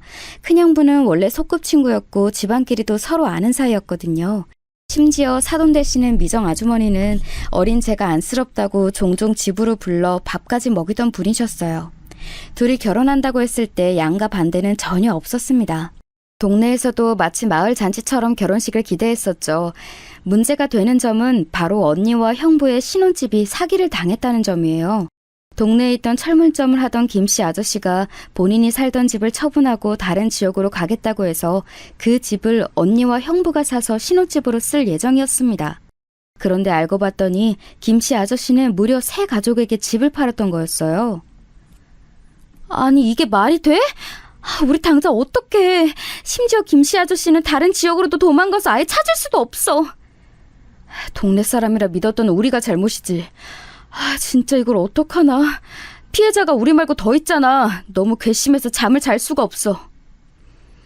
김씨 아저씨는 큰언니의 부부 말고도 다른 사람에게 사기를 쳤는데 그 사람들은 외지인이라 아예 연고도 없는 사람에게 사기를 당했었어요. 그리고 이 사건이 커져서 동네가 뒤집혔는데 동네 사람들의 말을 들어봤더니 가관이었습니다. 김씨? 그 철물점? 나는 그 사람한테 돈 빌려줬다가 되돌려봤는데 10년 걸렸어. 내가 그래서 뭐 필요해도 철물점 절대 안 갔잖아. 사람이 순해 보여도 속은 구렁이가 몇 개가 있는지 몰라. 그 사람 관상만 봐도 이상해. 어딘가 음침해 보이고. 나도 그래서 말도 안 섞었어. 사람 좋은 척은 다 하는데 실상 보면 돈을 오히려 떼먹고 다니더라. 어떡하나. 집을 사기당하다니. 이걸 어째. 결국 이 사건을 가만히 당하고 있을 수만은 없으니 우리 가족과 형부네 가족들 그리고 피해자들이 힘을 합쳐 경찰서에 가게 되었습니다. 다들 화가 난 채로 경찰서에 갔는데 나올 때는 더 화가 나서 나오게 되었어요. 왜냐하면 경찰이 도와주질 않았거든요. 아이고 선생님들 저도 이해해요. 네? 이해 못하는 게 아니에요. 그런데 우리가 현실적으로 잡을 수 있는 방법이 없다니까? 왜 없어요? 이 사람이 우리 말고도 온 동네 사람들 등쳐먹었는데 아니 잡을 수가 없으면 어떡하나. 우린 억울해서 어떡해. 물론 사정은 딱한데 선생님 저번 주에 저기 야산에 시체 발견된 거 아시죠? 우리 지금 그것 때문에 골치 아파서 안 돼요. 저것만 해결하면 선생님들 사건 해결해 줄게. 알겠죠? 그러니까 일단 돌아가세요. 민중의 지팡이라며 이렇게 우리 사건은 조사도 안 하는 게 말이 되는 건가? 아니 안 하는 게 아니고 선생님 조금만 기다려 달라는 거잖아요. 왜 이러셔. 결국 아무것도 못 얻고 경찰서를 나오게 되었습니다. 그리고 가족들은 정말로 저 살인사건의 조사가 끝날 때까지 가만히 기다렸어요. 그런데 막상 살인사건은 끝날 기미가 보이지도 않았고 이러고 있다간 영영 김씨 아저씨를 놓치게 될 판이었습니다. 우리 아기 어떡해. 너무 불쌍해. 못난 엄마 만나서 이렇게 빛도 못 보고 하늘로 갔어. 나랑 남편이 열심히 고등학교만 졸업하고 모은 돈이 한순간에 갈 곳도 없어서 이렇게 친정하고 시댁을 번갈아 가면서 다녀야 해. 진짜 너무 눈앞이 깜깜하다. 속상해. 당신 잘못이 아니야. 여보, 정신 차려. 아이고, 괜찮니? 딸, 어떻게, 서영아, 빨리 오빠 불러라. 큰언니는 사기당했다는 충격에 날이 갈수록 몸이 약해졌어요. 임신도 했었는데 심신미약으로 유산까지 하게 되었죠. 그 뒤로도 계속 쓰러지는 날이 많았습니다. 우리 가족의 엄마 같은 큰언니가 저렇게 힘들어하니 저도 갈수록 속상했어요. 결국 아빠는 결단을 내리셨습니다. 경찰에 우리를 도와주지 않으니 우리 가족은 내가 지켜야겠어. 도망간 김씨? 내가 잡는다. 내가 어떻게든 잡아서 그 새끼한테 떼인 돈이라도 받아야겠어. 이렇게 살다간 억울해서 제명에 못 살아. 아빠는 가만히 있으면 아무도 우리를 도와주지 않는다는 것을 깨달았어요. 워낙 동네에서 많은 일을 하며 인맥이 넓었던 아빠는 그 인맥을 활용하기 시작했습니다. 우리 동네뿐만이 아니고 옆 동네 그리고 그 옆 동네까지 아빠는 직접 발로 뛰어서 김씨 아저씨의 행방을 찾았어요. 어르신, 그때 혹시 가게 문 여셨어요? 아니, 일요일. 그래요. 이 사람 봤어요? 키는 나보다 작고 덩치도 작아요. 그 철물점 하던. 그래, 그 사람이요. 사장님 가게에서 국밥을 먹고 갔어요? 정확한 시간 혹시 기억나세요? 아침? 대략 그럼 첫 차보다 빨리 먹고 갔어요? 네네, 이 사람이요. 기억나세요? 아마 짐이 많았을 거예요. 그러시구나. 네, 감사합니다. 아빠는 정말 하루도 쉬지 않고 돌아다니셨어요. 물론 성과만 있던 것은 아니고 허탕도 열어치고 속상한 날도 많았습니다. 하지만 아빠는 절대 포기하지 않고 끝까지 추적했어요. 그리고 마침내 놀랍게도 김씨 아저씨를 찾게 되었습니다. 등잔밑이 어둡다고 하죠? 김씨 아저씨는 바로 옆 동네의 여관에서 몸을 숨기고 있었어요. 아이고, 선생님, 수고하셨어요. 우리가 잡아야 하는데. 어쨌든 이놈은 우리가 처리할 테니까 이제 쉬세요. 웬일이야. 경찰이 해야 할 일을 대신했어. 세상에. 흥신소라도 해야 하는 거 아니야? 원래도 재주가 많았는데 이렇게 돈 떼먹은 사기꾼까지 잡아주네. 사돈 고마워요. 우리는 충격에 아무것도 못했는데 우리 애들 이제 마음 놓고 결혼 생활할 수 있겠어요. 아빠는 진짜 내 인생의 슈퍼맨이에요. 액땜했다고 생각하고 남편이랑 평생 행복하게 살게요. 아빠가 직접 김씨 아저씨를 잡아 경찰에게 넘기니 아빠는 동네 유명 인사가 되었습니다. 큰언니와 형부도 일이 해결되고 바로 조카를 다시 가졌어요. 장인어른, 저보고 친구들이 부럽다고 하더라고요. 탐정을 장인어른으로 두었다고 앞으로 세상 살면서 억울한 일은 없을 거라고 하던데 이번 기회에 흥신소 차리시는 거 어떠세요? 에이, 아니야. 무슨 소리야. 나는 그냥 너희가 억울해서 유산하고 살도 너무 많이 빠지니까 그게 안쓰러워서 그랬지. 아니야. 무슨 흥신소야. 여러분, 그런데 말이에요. 장난식으로 동네 주민들과 가족들이 했던 말은 얼마 지나지 않아 현실로 일어났습니다. 워낙 좁은 동네라 아빠가 직접 발로 뛰어 사기꾼을 잡았다는 소식이 들리자 몰래 우리 아빠에게 찾아와서 의뢰하는 사람이 늘어났어요. 애 아빠가 바람을 피우는 것 같아요. 어떡해요? 아저씨, 제발요. 저 지영이랑 친구잖아요. 딸이라고 생각하시고 한 번만 도와주세요. 저 이렇게 억울해서 못 살아요. 밤에 잠도 못 자고. 우리 아기는 어떡해요? 아니, 누가 자꾸 우리 가게 앞에 있는 화분을 가져가더라? 심지어 우리 아들이 쓰는 자전거까지 가져갔어. 경찰에 말했더니 좀도둑이라고 도와줄 생각도 안 해. 사장님이 우리 좀 도와줘. 응? 사례는 두둑하게 할게. 사장님, 우리도 사기꾼 좀 잡아줘요. 평생 농사로 힘들게 모은 돈이 다 물거품이 됐어. 우리 어머니 쓰러지고 난리 나서 어떡해. 주민들은 경찰이 제대로 일하지 않는다며 우리 아빠를 계속 찾아왔어요. 아빠가 워낙 정도 많고 동네에서 일하며 인맥이 넓어 그런 사람들을 지나치지 않았습니다. 그렇게 하나둘 돕다 보니 자연스럽게 정말 흥신소 일을 시작하게 되었어요. 그 과정에서 혼자서 하는 것은 한계가 있으니 형부와 큰언니도 도왔죠. 그러면서 본격적으로 흥신소 사무실도 차리게 되었습니다. 웬일이야. 우리 아빠 이제 진짜 사장님이야? 평생 고생하더니 잘됐다. 아빠, 몸으로 뛰는 건 내가 할 테니까 아빠는 장군처럼 지휘만 해요. 우리 자식들이 날 이렇게 응원해주니까 내가 더 힘이 나서 일할 수 있겠다. 너희는 걱정하지 말고 공부나 열심히 해. 지극히 평범했던, 아니 오히려 조금 가난했던 우리 가족은 그렇게 제가 고등학생 때는 동네에서 알아주는 집이 되었어요. 동네에서 유명해지자 옆 동네에서도 우리 아빠에게 의뢰하기 시작했습니다. 심지어 경찰 아저씨들과 유대감도 있어서 서로 상부상조로 일했어요. 그러면서 아빠는 제가 고등학생 때는 우리 담임 선생님의 일도 해결해 주셨습니다. 서영아, 아버님한테 너무 감사하다고 전해드려. 알겠지? 선생님이 얼마나 놀랐는지 몰라. 서영이 아버님 아니었으면 된통 당할 뻔했어. 우리 서영이 오늘은 청소하지 말고 집에 가. 괜찮아. 저는 이런 아빠 덕분에 학교도 매우 편하게 다녔고 동네에서 어느 가게를 가도 저를 알아봤어요. 주민들이 호의적으로 대해주니 좋았습니다. 그렇게 저는 고등학교를 졸업하고 서울로 대학을 가게 되었어요. 언니들과 오빠는 아빠의 흥신소 일을 돕느라 고향에 남고 저만 혼자 서울로 갔습니다. 유감스럽게도 저만 공부를 잘했기 때문에 대학에 입학한 것도 저 혼자였어요. 우리 막내 너무 자랑스러워.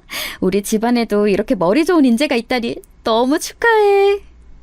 언니가 엄마처럼 챙겨줘서 그렇지. 나는 우리 가족들에게 사랑만 받았잖아. 너무 걱정하지 말고 나도 성인이니까 이제 내 걱정은 그만해도 돼. 우리 막내 다 컸다. 혹시라도 괴롭히는 사람 있으면 언제든지 말해. 알겠지? 우리가 무슨 일이 있어도 우리 막내 괴롭히며 지구 끝까지 찾아갈게. 아무도 안 괴롭혀. 나는 진짜 걱정하지 말고 흥신소 일이나 잘해. 그렇게 혼자 서울로 오게 된 저는 딱히 고생하지는 않았어요. 가족들이 하는 흥신소가 워낙 커서 돈을 많이 벌었거든요. 갈수록 의뢰인이 많아지며 사무실 확장 이전만 2번을 했습니다. 또 가족끼리 일하니까 더 자기 일처럼 매달려서 어떻게든 억울한 일들을 해결해줬어요. 일을 해결하며 아는 사람이 많아져서 이득을 보기도 했죠. 그래서 저는 서울에 와서 따로 아르바이트도 하지 않았어요. 아빠가 자취방도 구해주고 용돈도 두둑하게 주셨거든요. 우리 막내 엄마 없이 크느라 고생했다. 혹시라도 용돈 부족하면 언제든지 말해. 아빠가 항상 뒤에 있다는 거 잊지 마. 알겠어? 아빠, 나 지금도 또래에 비해 용돈 많이 받고 있어. 그리고 엄마 없이 자란 거 하나도 슬프지 않아. 물론 엄마의 존재가 궁금하긴 해도 언니들, 오빠랑 아빠가 얼마나 나를 많이 챙겨줬어? 나는 괜찮으니까 그런 소리 하지 마. 내 새끼 다 컸네. 우리 막내가 특히 하늘로 간 엄마를 많이 닮았어. 너를 보면 아내가 자꾸 생각나. 아빠는 예전부터 그 말하더라. 내가 그렇게 엄마를 닮았어? 어쩐지 나를 제일 예뻐하더라. 실제로 제가 엄마 사진을 봐도 저랑 많이 닮았더라고요. 덕분에 온 가족의 내리사랑을 받은 저는 대학 시절을 큰 걱정 없이 보낼 수 있었습니다. 그러면서 대학 동아리에서 어떤 남자를 한 명 알게 되었어요. 큰 키에 잘생긴 얼굴과 다정한 성격인 성민 오빠에게 저는 첫눈에 반하게 되었습니다. 오빠는 처음에는 저에게 관심이 전혀 없었어요. 하지만 끈질기게 제가 몇 번이고 쫓아다닌 끝에 결국 오빠는 저를 받아주었습니다. 오빠와 연애하며 저는 행복한 일만 있을 줄 알았어요. 그런데 그것도 역시나 제 오산이었습니다. 오빠는 제 생각보다 훨씬 잘 사는 집이었어요. 강남 한복판에 있는 고급 주택에서 살고 있었죠. 그것까진 좋았는데 문제는 오빠의 엄마였습니다. 네가 서영이니? 우리 아들 여자친구라길래 궁금했어. 외모는 나쁘지 않지만 우리 아들이 훨씬 잘생겼네. 듣기로 네가 우리 아들이 잘생겨서 따라다녔다며? 성민이가 어렸을 때부터 인기가 많았거든. 워낙 잘났잖니? 아, 네, 제가 오빠가 잘생기고 다정해서 먼저 좋아했어요. 그래, 너도 하고 다니는 거 들어보면 그렇게 못 사는 집은 아닌 것 같던데. 만약 우리 성민이랑 결혼하려면 섭섭하지 않게 준비해야 할 거야. 성민 오빠의 어머님은 아직 대학도 졸업하지 않은 저를 집으로 부르셨어요. 그것도 한 번으로 끝나는 게 아니고 여러 번 저를 부르셨습니다. 처음에는 오빠의 어머니가 저를 보고 싶어 한다는 말에 기뻤는데 점점 저도 피곤해지기 시작했어요. 어머님이 주말에 또 집에 오라고 하시던데 이렇게 거의 매주 오빠네 집에 갈 줄은 몰랐어. 우리 엄마 나쁜 사람 아니야. 그냥 서영이 네가 워낙 마음에 들으셨으니 그러는 거야. 서영이 가족들 다 지방에 있으니까 외롭잖아? 어차피 결혼하면 가족이 될 거니까 미리 점수 따는 거라고 생각해. 그래? 알겠어. 아, 우리 아빠도 오빠 보고 싶어 하던데 언제 우리 고향 내려가자. 그래, 시간 되면 같이 내려가자. 일단 이번 주말은 오빠네 집에 가는 거야. 알겠지? 그렇게 저는 결혼 얘기가 본격적으로 나오기도 전에 오빠네 집을 10번도 넘게 가게 되었습니다. 마냥 편한 것은 아니었으나 성민 오빠를 향한 제 마음이 워낙 커서 그때는 그냥 넘기게 되더라고요. 오빠의 얼굴만 봐도 좋았거든요. 그렇게 저는 대학교 내내 사귄 사람이 성민 오빠 한 명이었습니다. 가족들이 워낙 저를 예뻐해서 종종 서울로 왔는데 우리 가족도 오빠를 보고 싶어 했어요. 아, 그래? 근데 내가 요즘 워낙 바빠서 다음에 오시면 볼게. 어쩔 수 없다. 그래? 저녁도 같이 못 먹어? 아빠랑 오빠가 올라오는데 내 남자친구라고 하니까 궁금해하더라. 내가 요즘 고민이 많잖아. 서영이는 오빠 이해하지? 알겠어. 내가 그럼 아빠랑 오빠한테 말할게. 걱정하지 마. 제가 오빠네 집에 자주 가는 것과 달리 오빠는 우리 가족의 얼굴을 많이 보지 않았어요. 워낙 낯을 많이 가리나 보다 생각했죠. 그렇게 저는 대학을 졸업했고 학교 주변에 있던 중견기업에 취직도 하게 되었습니다.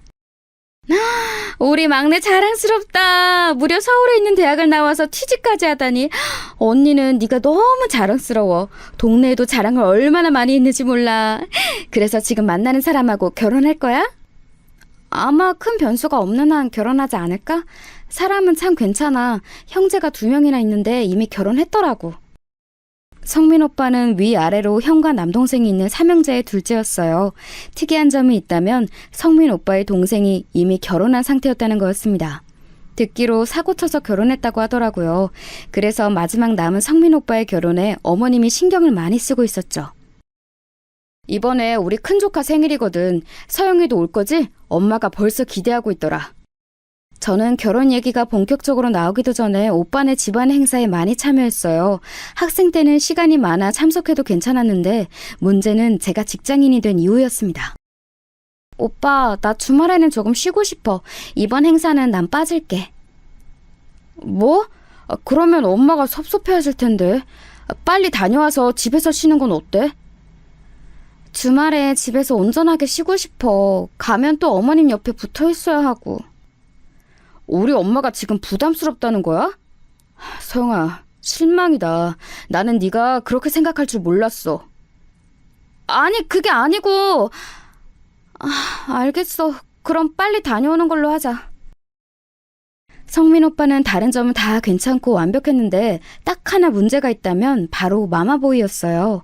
다른 때는 항상 저를 먼저 생각하던 사람이 어머님이 엮이면 제가 뒷전이 되었죠. 조금 서운하기도 했지만 제가 워낙 그때는 오빠를 많이 사랑해서 참고 넘겼습니다. 그런데 문제는 어머니였어요. 서영이, 너 내가 부담스럽다고 했다며? 나는 네가 뒤에서 그럴 줄은 몰랐다. 불만이 있으면 앞에서 말하지 그랬니? 네? 아니에요. 부담스럽다는 게 아니고 저도 이제 직장인이라 집에서 쉬고 싶다는 말이었어요. 오해가 있었던 것 같아요. 죄송해요. 이런 상황이 반복되자 저는 오빠와의 결혼에 대해 다시 생각하게 되었어요. 그런데 제가 이렇게 마음이 바뀌는 것을 눈치챘는지 오빠는 그 뒤로 또 엄청나게 잘해주더라고요. 출퇴근길에 차를 끌고 저를 데리러 오고 만약 제가 야근하면 밖에서 저녁을 사주고 기분이 안 좋으면 옆에서 제 얘기를 다 들어주었어요. 지극정성으로 다정하게 대하는 오빠를 보니 저도 마음이 풀리기 시작했죠. 무엇보다 제가 가족들이 다 고향에 있으니 오빠에게 더 의지하게 되었습니다.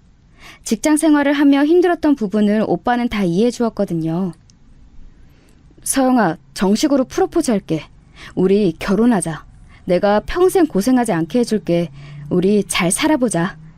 그리고 마침내 저는 오빠에게 결혼하자는 말을 듣게 되었습니다. 오빠네 집은 워낙 제가 자주 갔으니 괜찮았고 우리 집은 막내가 결혼한다니 큰 관심을 보였어요. 우리 막내가 드디어 결혼이라니. 우리가 그래도 명색의 흥신소 집안인데 미리 좀 뒤 좀 봐볼까? 오빠, 안 돼. 나 말 나온 김에 말할게. 절대 시댁이나 우리 남편 뒷조사하지 마. 알겠지? 나 진짜 듣기도 싫고 알고 싶지도 않아. 그래도 우리 막내 이상한 집에 시집 가면 안 되는데 언니가 노파심에 걱정되어서 그래. 아니야, 진짜 알아보지 마. 내가 기분 나빠서 그래. 알겠지? 가족들은 당장이라도 남편을 포함해서 시댁 식구들의 뒷조사를 할 기세였어요. 하지만 저는 왠지 듣고 싶지 않더라고요. 그래서 아예 대놓고 그런 짓을 하지 말라고 말했죠. 워낙 결혼 전부터 시댁에 자주 갔던 저는 결혼 준비가 수월할 줄 알았습니다. 예비 시어머니와 한두 번 대화를 한 게 아니었으니까요. 그런데 본격적으로 결혼 준비를 하며 얼마나 힘들었는지 몰라요. 시어머니는 예전에도 그랬지만 아들 자랑이 매우 심하셨어요. 우리 성민이가 어릴 때부터 인기가 많았어. 그런데 공부까지 잘하니까 얼마나 완벽하니? 내가 동네에서 우리 아들 덕분에 기가 살았잖아. 서영이, 너는 시골 출신이라 모르겠지만 이 동네가 얼마나 치열한지 알아? 그래도 우리 아들이 워낙 잘나서 다행이었지. 거짓말하지 않고 저는 시어머니 아들 자랑을 3시간이나 들었던 적도 있어요. 시아버지가 될 분은 아주 과묵하고 말이 없던 분이셨어요. 제가 집에 갈 때마다 없으셨는데 어쩌다 마주쳐도 말없이 저를 응시할 뿐이셨습니다. 결혼 준비하며 남편의 형과 동생을 만나기도 했어요. 재수씨가 워낙 똑똑하고 야무지니까 큰 문제는 없을 것 같아요. 우리 이제 자주 얼굴도 보고 서로 집에도 놀러가고 그렇게 합시다. 네, 저도 잘 부탁드려요. 부족하지만 제가 많이 노력할게요. 드디어 우리 삼형제가 다 결혼하네요. 우리 엄마 외로워서 어떡해? 형제들은 다행히 무난하게 넘어갔는데 시어머니가 문제였죠. 상견례가 잡히고 본격적으로 양가 어른들이 만나기 전에 시어머니는 또 저를 부르셨어요. 그래서 서영이네 집안은 무슨 사업을 하는 거야? 내가 생각해보니 사업한다는 것만 알고 무슨 사업인지 자세히 알지를 못했네. 아, 가족들이 다 흥신소 사업을 하세요. 지방에 사무실 두고 일하시는데. 뭐? 지금 뭐라고 했어? 흥신소? 흥신소? 아니, 나 그런 거 텔레비전에서만 봤어. 세상에, 흥신소? 아, 네. 고향에서 하시는데 언니들하고 오빠도 같이 하고 있어요. 아, 너무 웃기다. 나는 또 얼마나 대단한 집안인가 생각했는데 흥신소? 아이고, 내가 사돈으로 흥신소 집안을 만나게 될 줄이야. 아우, 너무 웃기다. 시어머니의 반응에 저는 시어머니를 만나고 처음으로 정색하게 되었어요. 아무리 그동안 저를 힘들게 했어도 저는 어른이니까 꾹 참았거든요. 그런데 우리 가족을 비우는 모습에 너무 기분이 나빴습니다. 어머님, 지금 우리 가족 사업하는 거 비우는 거예요? 다들 열심히 일하고 계세요. 그리고 억울한 사람들 사건도 해결해주고 자부심 가지고 일하는 거예요. 너무 웃겨서 그래. 요즘 세상에도 흥신소로 빌어먹는 사람이 있니? 너무 웃기다. 그걸 이용하는 사람이 있다는 거잖아. 제가 아무 말을 하지 않고 쳐다보자 시어머니는 오히려 그런 제가 예민하다고 느끼셨나 봐요. 얘는? 그렇다고 너는 시어머니 될 사람을 그렇게 쳐다보면 어떡하니? 어른 앞에서 그래도 되는 거야? 가족을 욕하는데 어떻게 가만히 있어요? 저 오늘은 이만 일어날게요. 저는 뒤도 돌아보지 않고 시댁을 나왔어요. 그리고 성민 오빠에게 있었던 일을 얘기했습니다. 갑자기 서러움이 올라오며 엉엉 울며 말했죠. 성민 오빠는 본인이 대신 미안하다며 사과했어요. 서영아, 내가 엄마한테 그러지 말라고 하고 다짐까지 받았어. 엄마가 너랑 다시 얘기하고 싶으시대. 혹시 너만 괜찮으면 엄마랑 대화하는 거 어때? 우리 상견례도 곧 있잖아. 저 때까지만 해도 저는 시어머니가 사과할 줄 알았어요. 어차피 성민 오빠의 말대로 곧 상견례도 있었고 우리 가족도 제 결혼에 대해 기대하고 있던 터라 사과를 받고 결혼할 예정이었죠. 또 제가 워낙 오빠를 좋아했으니 사과를 받고 넘어갈 예정이었습니다. 그래서 혼자 시댁에 또 방문하게 되었어요. 그런데 제가 생각한 반응이 나오지 않았습니다. 너는 도대체 우리 성민이를 어떻게 꼬셨니? 애가 아주 노발대발하며 따지는데 그런 모습 처음 봤어. 어떻게 구워 삶았길래 우리 아들이 그렇게 넘어가? 어머니, 사과하시려고 저 부르신 거 아니세요? 저는 그런 줄 알고 왔는데요. 사과? 지금 사과라고 했어? 아니, 내가 없던 일 지어냈니? 그냥 흥신소 사업이 웃겨서 웃었던 건 맞는데 그게 지금 며느리 될 사람이 시어머니한테 할 소리야? 너 진짜 그렇게 안 봤는데 무서운 애구나? 저는 어머님 사과 들으면 이번 일은 없던 일로 하고 넘기려고 했어요. 곧 상견례도 있으니까요. 그런데 오히려 저한테 성민 오빠를 어떻게 꼬셨냐고 하시면 제가 뭐라고 해야 하나요? 얘는 진짜... 너는 그렇게 시어머니 이기고 싶니? 안 봐도 뻔하다. 결혼하면 더 심해지겠지. 엄마 없이 컸다더니 이런 모습에서 그런 게 보이는 거야? 지금 뭐라고 하셨어요? 엄마 없이 컸다는 말이 여기서 왜 나오는 거죠? 저는 그 순간 참을 수가 없었어요. 엄마가 없다는 것은 분명히 좋은 일은 아니었지만 제가 이런 소리를 들을 정도로 잘못한 건 아니잖아요. 그리고 가족들의 사랑도 아주 많이 받고 자랐고 부족함이라고는 모르고 자랐던 저예요. 금전적으로 그리고 정신적으로 뭐 하나 빠짐없이 자랐던 저에게 엄마가 없어서 그렇다는 말을 한 사람은 시어머니가 처음이었죠. 앉아있던 자리에서 일어나서 시어머니에게 소리치니 시어머니도 덩달아 뭐라 하기 시작했어요. 앉아! 어디서 지금 어른이 말하는데 버릇없이 일어나서 삿대질이야? 사과하세요. 제가 아무리 성민 오빠를 좋아해도 이런 취급 받으면서 결혼해야겠어요? 저 엄마 없이 컸어도 절대 사랑 못 받고 자라지 않았어요. 지금 네 이런 모습이 바로 엄마 없이 자란 모습이야. 예의라고는 눈에 보이지도 않아. 뭐라고요? 그럼 어머님은 얼마나 대단한 어머니가 있으시길래 이러세요? 제가 아무리 엄마가 없어도 어머니처럼 자라진 않았으니 다행이네요. 그 순간이었어요. 갑자기 눈앞에 별이 보이더라고요. 처음엔 무슨 일이 일어난 건지 이해하지 못했습니다. 그런데 몇 초 뒤에 깨달았어요. 바로 시어머니가 제 뺨을 때린 거였어요. 소파에 넘어진 저는 순간 서러움이 확 몰려왔습니다. 남에게 폭언을 들은 것도 처음인데 뺨을 맞은 것도 처음이었죠. 제가 이런 취급을 당하려고 우리 가족이 그렇게 애지중지 키운 건 아니잖아요. 너무 속상한 마음에 무슨 정신으로 시댁에서 나왔는지 기억도 나지 않습니다. 그냥 나와서 엉엉 울며 고향으로 바로 내려갔던 것 같아요. 우리 막내 무슨 일이야? 갑자기 말도 없이 왜 온 거야? 어? 무슨 일 있었어? 언니, 오빠, 아빠, 나 너무 속상해. 나 결혼 안 할래. 그동안 가족들이 걱정할까봐 말도 못했어. 나 이런 집안에 시집 못 가. 무슨 일이야? 막내야, 말해봐.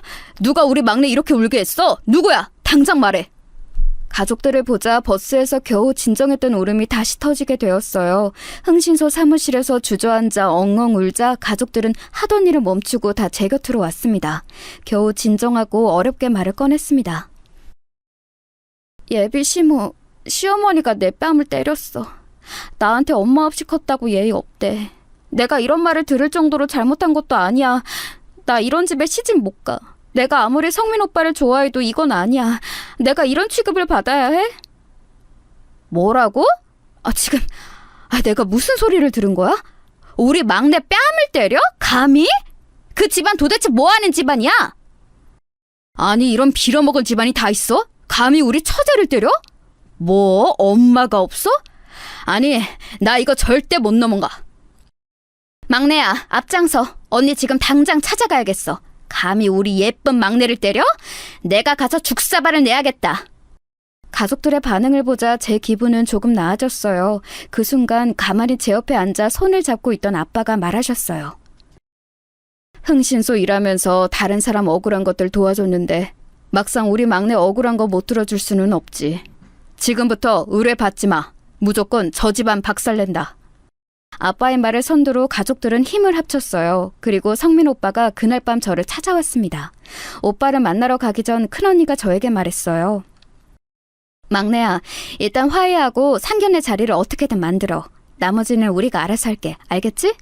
지금 조금만 알아봤는데도 저 집안 문제 장난 아니야. 내가 어떻게든 망하게 할 거야. 언니 말 들어? 실제로 성민 오빠는 제 얼굴을 보자마자 무릎 꿇고 빌기 시작했습니다. 서영아, 엄마한테 말 들었어. 내가 대신 사과할게.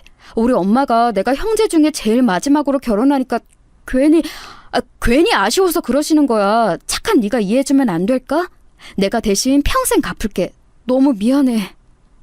마음 같아서는 저는 저 사과를 절대 받지 않으려고 했어요. 하지만 큰언니가 했던 말이 떠올랐습니다. 그래서 겉으로는 괜찮은 척하며 성민 오빠의 사과를 받아주었어요. 그리고 며칠 뒤 상견례 날이 다가왔습니다. 그때까지도 시어머니는 저에게 따로 연락하지 않았어요. 형식상 사과할 법도 한데 절대 하지 않았죠. 그리고 제가 가족들에게 시댁에 관해 물어봐도 다들 말해주지 않았습니다. 그저 저보고 아무 걱정하지 말고 있으라고 했죠. 안녕하세요. 처음 뵙겠습니다. 저는 서영이 아빠 되는 사람입니다. 반갑습니다. 네, 반가워요. 저는 성민이 엄마고 이쪽은 성민이 아빠요. 그리고 그 옆은 우리 자랑스러운 첫째 아들과 아내. 그리고 이쪽은 우리 막내 아들과 며느리예요. 워낙 대가족이라 걱정했는데 사돈도 대가족이라 다행이네요. 시어머니는 우리 가족을 처음 보는 자리에서 상당히 가식적으로 대하더라고요. 저에게 눈길도 주지 않는 모습을 보고 속으로 사람은 역시 변하지 않는다고 생각했죠. 우리 가족들을 돌아봤더니 가족들은 무슨 전쟁터에 나가는 장군 같은 표정을 하고 있었어요. 전날부터 그렇게 가족 회의를 하더니 도대체 무슨 말을 할지 저도 모르고 있었습니다. 시간이 조금 지나자 시어머니는 역시나 아들 자랑을 마구 하기 시작했어요. 우리 아들이 그렇게 공부를 잘하고 잘생겨서 인기가 많아요. 지금도 저한테 얼마나 선자리가 많이 들어오는지 몰라요. 서영이는 진짜 복 받았죠. 우리 아들 같은 사람 찾기 힘들 텐데. 엄마, 그만해요. 그런 말 하지 않기로 했잖아요. 우리 서영이도 예쁘고 똑똑해서 인기 많아요. 어릴 때부터 동네에서 신부감으로 눈독 들인 사람이 얼마나 많은데요. 확실히 가족들이 있으니까 그렇게 든든할 수가 없었어요. 특히 큰언니가 성격이 매우 세거든요. 어디 가서 당하고 사는 사람이 아니라 시어머니에게 웃으면서 할 말 다 하는 모습을 보니 얼마나 든든했는지 모릅니다. 만약 거기서 시어머니가 조용히 했으면 오늘 제보할 대박 사건이 일어나지 않았을지도 몰라요. 하지만 시어머니는 역시나 사람이 변하지 않더라고요. 우리 성민이가 워낙 귀한 자식이라. 물론 서영이도 예쁨을 많이 받았겠지만 우리 집안이 워낙 다들 잘나서 그래요. 다들 잘나서 그렇게 바람을 피우고 다니나? 그 순간 작은 언니가 조용하게 내뱉은 한마디에 분위기가 순식간에 싸해지기 시작했습니다. 우리 가족들은 올게 왔다는 표정을 지었어요. 시댁 쪽은 이게 무슨 소리인가 싶은 표정이었죠. 말로만 들었지 이 정도일 줄은 몰랐는데 진짜 그동안 우리 막내가 어떤 취급을 당했을지 생각하니까 피가 거꾸로 솟네. 지금 뭐라 하셨어요? 저기요, 형씨, 그쪽 바람 피우는 거 당신 안 해도 알아요? 당신 지금 회사에서 어린 여직원하고 불륜이잖아. 저번 주에 강릉 다녀온 거 출장 아니고 여행이잖아. 뭐라고요? 지금 뭐라고 하셨어요? 그게 사실이에요? 아니, 이게... 그럼 제가 없는 일 지어낼까 봐요? 여기 사진이요. 그쪽 남편 바람 피우는 거 상습이에요. 아기도 있는 양반이 무슨 그렇게 어린 여자를 좋아해? 뒷조사하면서 깜짝 놀랐네. 이게 지금 무슨 뭐하는 짓이야? 장난해? 아니 여보, 내 말 들어봐. 아니야, 오해야. 무슨 오해? 지금 이 사진에 있는 이 사람 당신 맞잖아. 당신 불륜이야? 나는 집에서 종일 아이 보고 육아하느라 지쳤는데 그런 나를 두고 바람? 미쳤어? 순식간에 아주버님의 불륜 소식이 들통났어요. 오빠는 자연스럽게 가방에서 아주버님의 불륜 사진을 수십 장이나 꺼내서 형님에게 보여줬습니다. 형님은 울며 아주버님을 때리기 시작했죠. 순식간에 자리는 쑥대밭이 되었습니다. 이게 무슨 짓입니까? 상견례 자리에서 이래도 되는 건가요? 너무하세요! 저기요, 당신도 떳떳하지 못하잖아. 당신 도박쟁이더라? 뭘 그렇게 불법 도박을 하고 다녀요? 증거가 너무 많아서 고마웠어요. 틈만 나면 도박하러 가던데 아내분은 알고 계셨어요? 뭐요? 도박이요? 결혼 전에 그렇게 불법 도박을 해서 제가 절대 안 한다는 각서까지 쓰고 결혼했는데 도박이요? 당신 진짜야? 증거가 넘쳐요. 사진은 여기 있고 혹시 더 필요하면 말하세요. 진짜 너무 많아서 못 들고 왔으니까 영상 필요하시면 말하세요. 그리고 또 말하자면 도박도 하고 룸살롱도 그렇게 가던데 알고 계셨나요?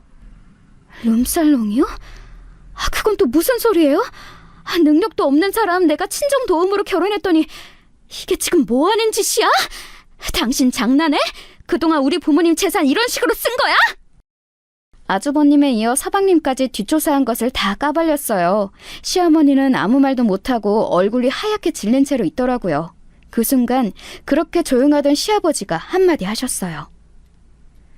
결혼이 불만이었으며 파혼하면 되는 것을 이게 지금 뭐하는 짓입니까? 사돈 말 잘 꺼내셨어요. 사돈이야말로 뭐하는 짓입니까?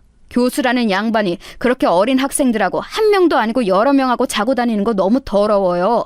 조용히 뒤에서 제일 쓰레기 짓을 하고 다녔더라고요. 뭐라고요? 지금 그게 무슨 말씀이세요? 이 사람이 바람을 피웠다고요? 우리 소중한 막내 때린 거 갚아주려고 뒷조사하는데 내가 이거 보고 혀를 찼어요. 아줌마 당신이 왜 우리 딸한테 그렇게 집착한지 알겠어. 남편이 뒤에서 이런 쓰레기 짓을 하고 다니는 걸 본능적으로 안 거지. 안 그래요?